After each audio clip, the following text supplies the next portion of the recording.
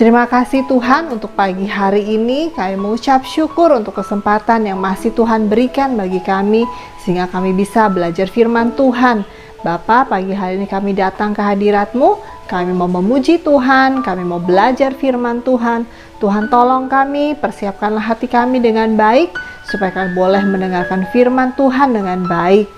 Bapa, kami juga berdoa buat anak sekolah minggu kami, untuk Eba, untuk Gwen, untuk Gaby, Davi, Mikhail, Josh, juga anak-anak lain yang mendengarkan YouTube ini. Berkati kami semua supaya kami boleh menerima berkat daripada Tuhan. Terima kasih Tuhan Yesus, di dalam nama Tuhan Yesus kami mengucap syukur dan berdoa. Amin. Selamat pagi adik-adik, apa kabarnya semua?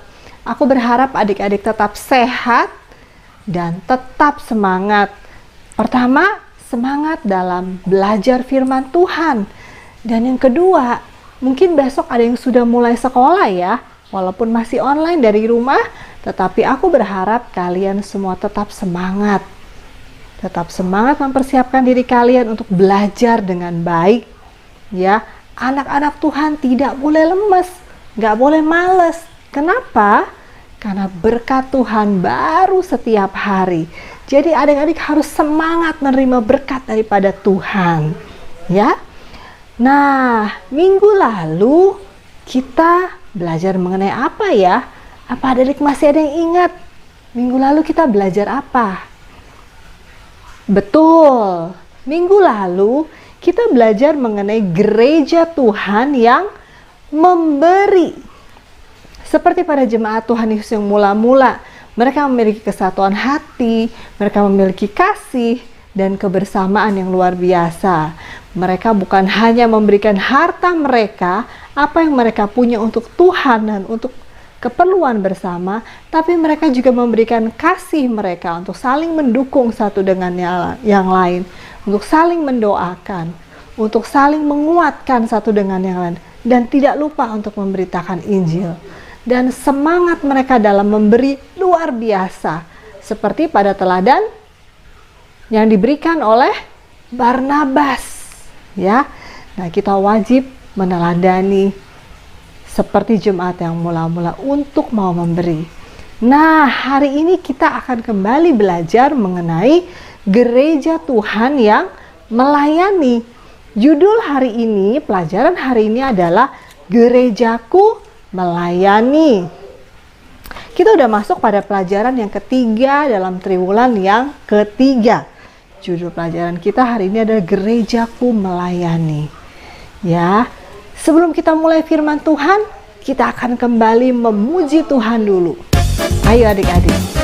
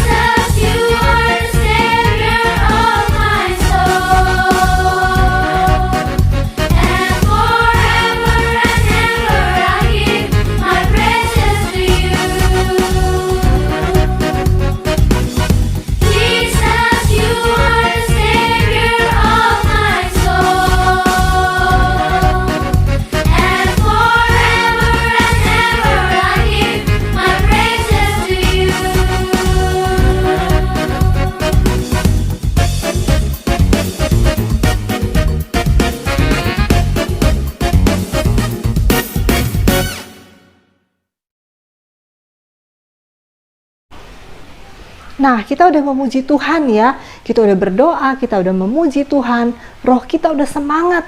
Dan sekarang gini saatnya kita membuka firman Tuhan. Siapkan Alkitab kita yuk adik-adik.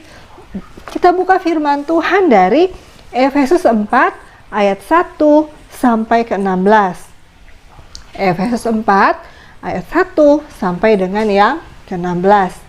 Kita baca sama-sama yuk. Setelah itu kita akan mendengarkan firman Tuhan yang disampaikan oleh Kakak Andika. Halo, shalom, selamat pagi adik-adik semua. Wah, senang sekali ya pada kesempatan pagi hari ini Kak Andika bisa ketemu lagi bersama dengan adik-adik yang ada di rumah. Oke, sebelum kita masuk dalam pelajaran, masih ingat pelajaran minggu lalu? Tentang apa? Apa? Ya, tentang gerejaku memberi. Nah, kita minggu lalu belajar tentang orang-orang yang sudah percaya, mereka mau memberi diri mereka, mau memberi harta mereka untuk dipakai bagi sesama, untuk memuliakan nama Tuhan. Nah, pada kesempatan pagi hari ini kita akan belajar pelajaran yang ketiga tentang gerejaku melayani. Coba kita sama-sama buka Alkitab kita dalam Efesus pasal yang keempat ayat 1 sampai yang ke-16. Beginilah firman Tuhan. Kesatuan jemaat dan karunia yang berbeda-beda. Sebab itu aku menasihatkan kamu, aku orang yang dibicarakan karena Tuhan, supaya hidupmu sebagai orang-orang yang telah dipanggil berpadanan dengan panggilan itu. Hendaklah kamu selalu rendah hati, lemah lembut, dan sabar. Tunjukkanlah kasihmu dalam hal saling membantu, dan berusahalah memelihara kesatuan roh oleh ikatan damai sejahtera. Satu tubuh dan satu roh, sebagaimana kamu telah dipanggil kepada satu pengharapan yang terkandung dalam panggilanmu. Satu Tuhan, satu iman, satu baptisan, satu Allah dan Bapa dari semua, Allah yang di atas semua dan oleh semua dan di dalam semua. Tetapi kepada kita masing-masing telah dianugerahkan kasih karunia menurut ukuran pemberian Kristus. Itulah sebabnya kata Nas, tatkala ia naik ke tempat tinggi, ia membawa tawanan-tawanan, ia memberikan pemberian-pemberian kepada manusia. Bukankah ia telah naik, berarti bahwa ia juga telah turun ke bagian bumi yang paling bawah? Ia yang telah turun, ia juga yang telah naik jauh lebih tinggi daripada semua langit untuk memenuhkan segala sesuatu. Dan ialah yang memberikan baik rasul-rasul maupun nabi-nabi, baik pemberita-pemberita Injil maupun gembala-gembala dan pengajar-pengajar, untuk memperlengkapi orang-orang kudus bagi pekerjaan pelayanan, bagi pembangunan tubuh Kristus, sampai kita semua telah mencapai kesatuan iman dan pengetahuan yang benar tentang anak Allah, kedewasaan penuh dan tingkat pertumbuhan yang sesuai dengan kepenuhan Kristus, sehingga kita bukan lagi anak-anak yang diombang-ambingkan oleh rupa-rupa angin pengajaran, oleh permainan palsu manusia dalam kejikan mereka yang menyesatkan, tetapi dengan teguh berpegang pada kebenaran dalam kasih kita bertumbuh dalam segala hal ke arah Dia, Kristus yang adalah kepala. Daripadanya lah seluruh tubuh yang rapi tersusun dan diikat menjadi satu oleh pelayanan semua bagiannya, sesuai dengan kadar pekerjaan tiap-tiap anggota, menerima pertumbuhannya dan membangun dirinya dalam kasih. Amin. Nah, itulah Efesus pasal yang pertama, pasal 4 ayat yang pertama sampai yang ke-16. Nah, pada pagi hari ini kita akan belajar tentang gerejaku melayani. Tapi sebelum lebih jauh, kakak ingin bahas sedikit nih tentang gereja. Sesungguhnya gereja itu apa sih? Nah, kalau kita tahu, gereja itu ternyata bukan hanya gedungnya, bukan hanya tempat kita melayani, bukan tempat kita beribadah saja, tetapi gereja juga bisa berarti bahwa orang-orang yang ada di dalamnya, orang-orang yang sudah percaya itu juga adalah gereja. Jadi, kenapa gereja mau melayani? Karena ada orang-orang yang di dalamnya, mereka yang mau beraktivitas, mereka yang menjalankan tugas-tugas dan juga kewajiban. Gereja bukan hanya terbatas dari gedungnya saja, tetapi juga orang-orang yang ada di dalamnya, termasuk juga adik-adik semua. Meskipun kalian masih kecil, tapi ternyata kalian memiliki peran yang baik juga, memiliki peran yang penting juga dalam gereja ternyata. Bukan cuma orang tua, bukan hanya kakak-kakak kita yang sudah besar-besar, yang sudah dewasa, yang bisa bermain musik, yang bisa bernyanyi, yang bisa mengajar sekolah minggu, atau bahkan juga pendeta yang sudah bisa mengajar. Tapi ternyata kalian juga, adik-adik yang masih kecil-kecil, ternyata juga berguna, juga sangat diharapkan keberadaannya untuk bisa ada di gereja. Nah, tapi ada yang mengatakan, nanti kalau aku membantu sesuatu di gereja, aku dibilang repotin lagi, aku dibilang nyusahin, terus dimarahin, nggak mau lagi tuh melayani di gereja. Nah, coba kita ingat-ingat, masih ingat tentang 5 roti dan 2 ikan? Ya, di sana ada anak kecil, yang memberikan sesuatu hal yang sederhana kepada Tuhan. Dia memberikan itu kepada Tuhan supaya dipakai. Untuk apa? Masih ingat ceritanya dong? Ya, supaya banyak orang yang ada di sana tidak kelaparan. Pernah nggak berpikir bahwa anak itu ketika dia memiliki bekal 5 roti dan juga 2 ikan cukup untuk, Alkitab mengatakan ada sekitar 5.000 orang laki-laki saja yang pada waktu itu dihitung, tidak termasuk perempuan dan juga yang lainnya. Nah, bisa berarti bahwa lebih ya. Wah, ternyata Tuhan bisa pakai anak kecil yang dia juga tidak pernah berpikiran pastinya. Namanya akan tercatat di dalam Alkitab ini sebagai anak yang bisa dikatakan berjasa. Kenapa? Karena berkat ketulusan hati, pemberian hati, bahkan juga pemberian apa yang dimiliki oleh anak kecil ini, banyak orang yang terselamatkan, banyak orang yang tidak menjadi kelaparan. Kalau kita perhatikan lagi dalam Kisah Para Rasul yang 9 ayat 39, di sana ternyata ada seorang lagi. Dia bernama Dorcas atau Tabita. Dia ini adalah perempuan yang sangat baik. Dia bukan hanya berbuat baik, menolong orang, tapi dia juga membuatkan baju. Untuk siapa? Untuk para janda-janda, untuk ibu-ibu yang sudah tidak punya suami. Nah, kisahnya dari Kisah Para Rasul yang ke-9, ternyata dia meninggal dan banyak orang-orang, banyak janda-janda yang datang untuk melayan, dan mereka sangat sedih. Mereka membawa hasil jahitan wanita ini yang bernama Dorcas. Ternyata dia bisa melakukan semua itu dan menjadi berkat bagi banyak orang. Nah, kalau kita perhatikan, kira-kira mereka tadi melayani atau enggak ya? Apakah pemberian yang mereka lakukan tadi bisa dikatakan pelayanan? Ya, semua itu adalah pelayanan. Dan alasan terbesar mereka melayani adalah bahwa mereka mengasihi Tuhan, dan karena mereka mempunyai iman supaya iman itu semakin bertumbuh, sehingga banyak orang yang diberkati. Bahkan juga ketika iman mereka bertumbuh, mereka bisa melayani Tuhan menjadi berkat bagi banyak orang melalui kemampuan mereka masing-masing. Misalnya seperti sekarang ini, pernah nggak adik-adik semua memperhatikan teman-teman yang lain? Apakah semua teman-teman kita, kelas Madia aja deh coba, apakah semuanya sudah mengikuti kelas atau tidak pagi hari ini? Pernah nggak tanya sama mereka? Apakah mungkin mereka malah ikut atau juga main game online, bukan ibadah online? Wah, kasihan sekali ya.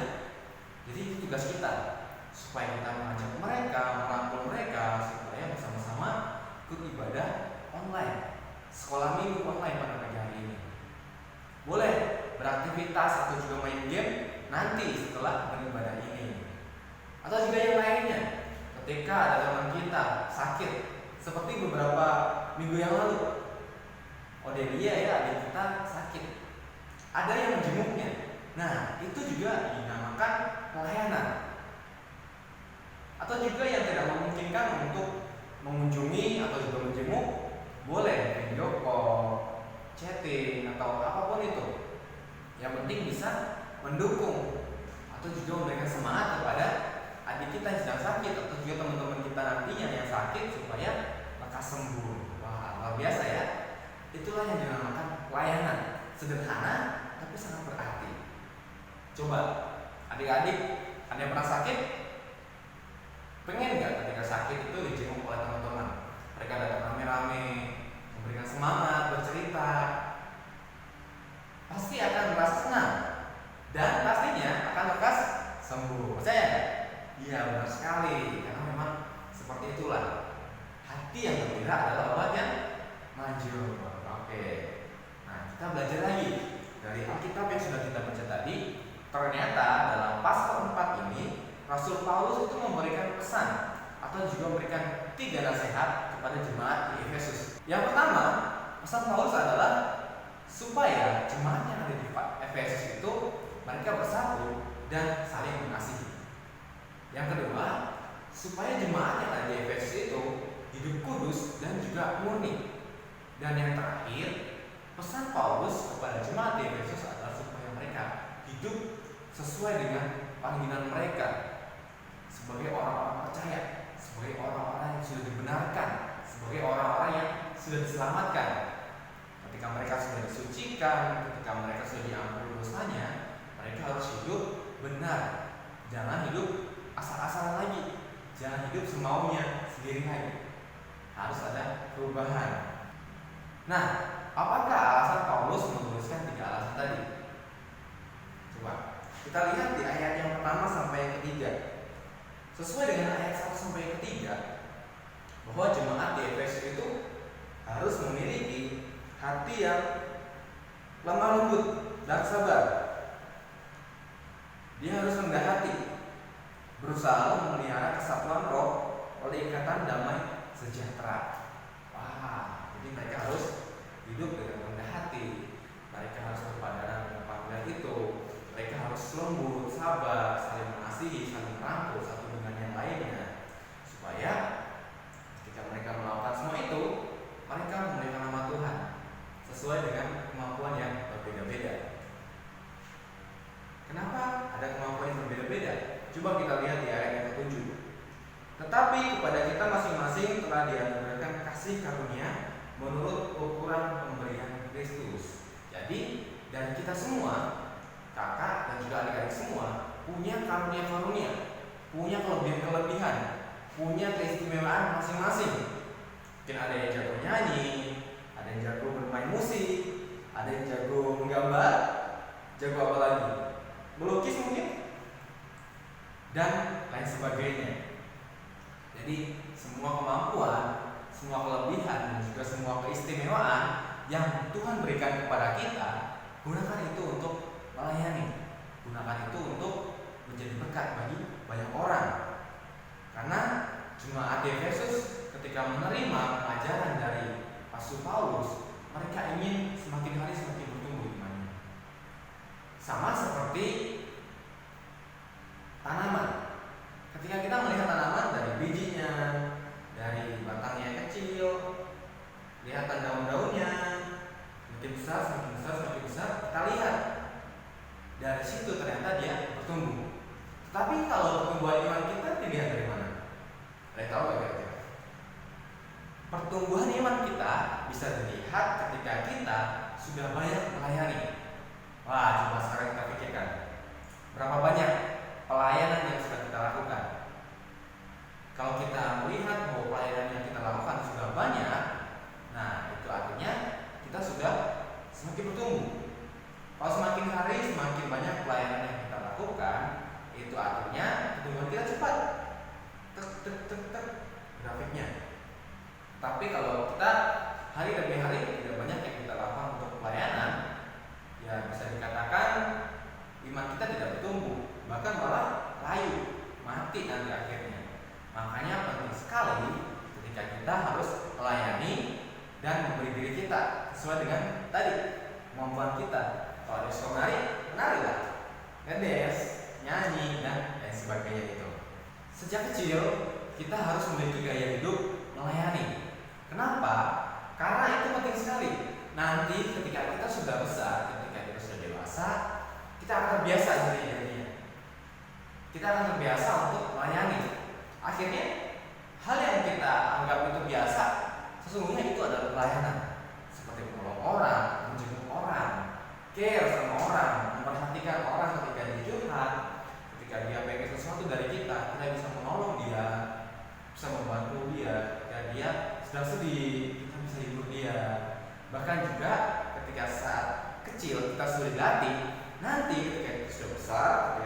dewasa itu bukan hanya menjadi kebiasaan, tapi itu nanti akan menjadi gaya hidup. Wah, keren bukan?